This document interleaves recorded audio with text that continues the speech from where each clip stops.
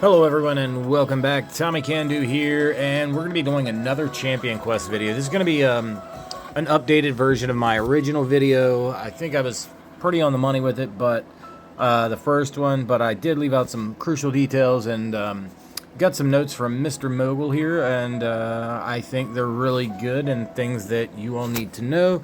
So we're going to talk about gear and farming Champion Quest. Alright, here you have it.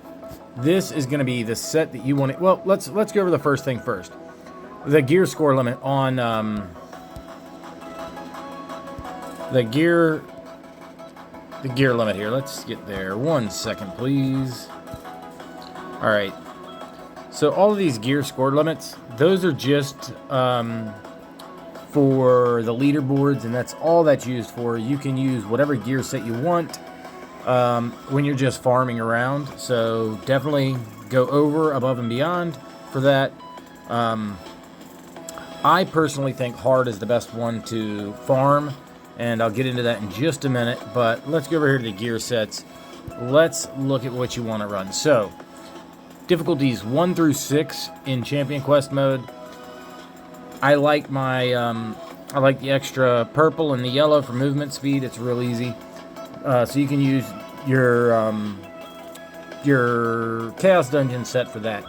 But as far as your offense, the optimal build is 1 purple, 2 white, 3 green. Again, that is Champion Quest 1 through 6. That's the best thing for you to use.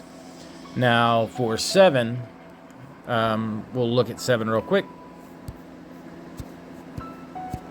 And here we have it. 7 is expert. So for this one, you have the hunters, Thor and Zeus. Both of them come with fire in their kit. Burn effect is only reduced by 30%, so it's pretty heavy. So the best thing for you there in that situation, since they already have it in their kit, if you have them awakened, if not, is you're going to want to run this set here. So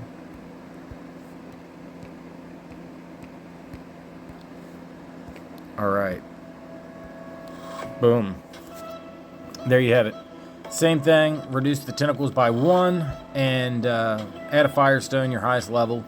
And you should get your best times with it that way. And before we continue on with 8, 9, and 10, let's go ahead and talk about why I had this set up, because I was actually, just before I made this video, farming a little bit. So here's my reasoning why this is the best way to go. Hard. So let's look at the rewards here. 120 coins, which isn't the best you can get. What's the best you can get here? What's this, 200? Oh, well, I haven't completed that one yet. Okay. So it's probably 200. They seem to be going up in increments of 20. Let's look at 1. Yeah, it starts at 40 and then they go up by 20. Is what it looks like. So here we go. This is the reason I say that. So you can go either one, especially if you have them awakened. Whichever one you have awakened is the better option. But look how quick this is. Even if you don't get particularly good picks, this is the fastest one. That's why I say it's the best one to do for. So it's the most bang for your buck. Try to keep your stride short, and you can literally run this in under a minute pretty consistently. Oops, I was getting ahead of myself there. So as soon as those are collapsed, if you're running this right, I mean, it's just, you want every attack speed and every multi-shot that comes your way. I probably should have went the attack speed there just because of how far in I am. And at this point, I'm going to go so quick that it doesn't matter. I'll go ahead and just take the poison licks. Not going to matter to me. And these guys, as you are killing them, your tentacles are going to be there. You got a lot of tentacles. Just move on. Let your tentacles finish them off. So, looky there. I did have pretty good picks that time. Hey, you get some extra power, some extra stones also. but it's 120 and it's under a minute. That's the fastest. If anyone knows of any better way to get them, please leave it in the comments below. I'll make a video on it covering it. This is the fastest way to farm the coins for this dungeon, in my opinion. And, of course, I use them to buy the big chest. Trying to get that full mythic set. I have some mythic, but I'm not full mythic yet. But, yeah. So, let's go ahead and we're going to talk now about 8, 9, and 10. So, for... let's see if I can upgrade some stones here. Yeah, 1 second. Let's see what I can do. Alright, I'm back, and I now officially have 3 level 6s. So, let's look at that. Okay, that's 10,000 of those. I mainly did this suit. I should have recorded that whole part so y'all could see what the upgrade costs were. But yeah, they get pretty pricey. It's not as much as in regular gold as the other one, but so you now know what you're looking for. At least what it's going to cost you for a level 7.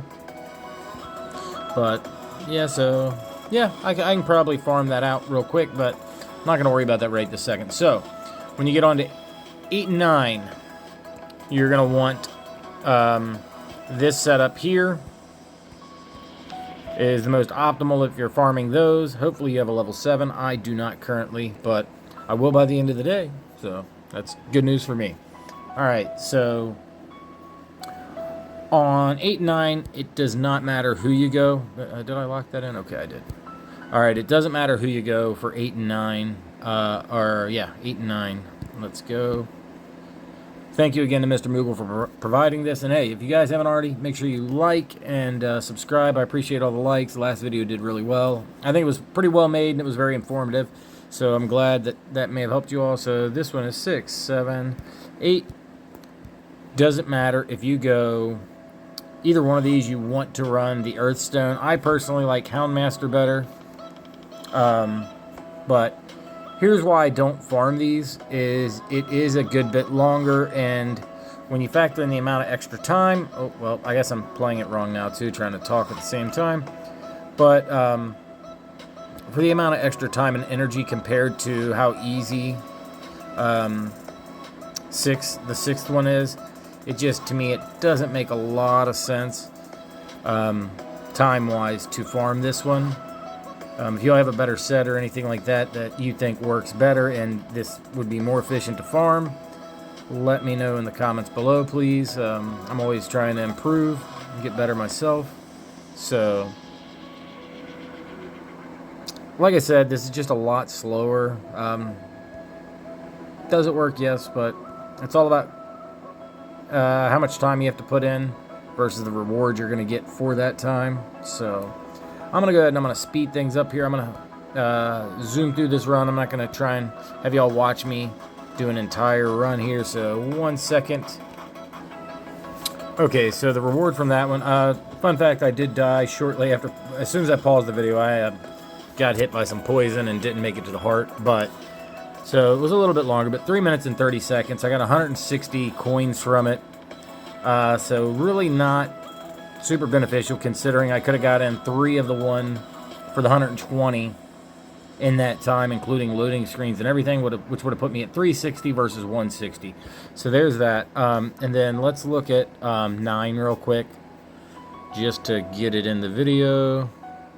All right, so here's 9, and let's see who the hunters here are. All right.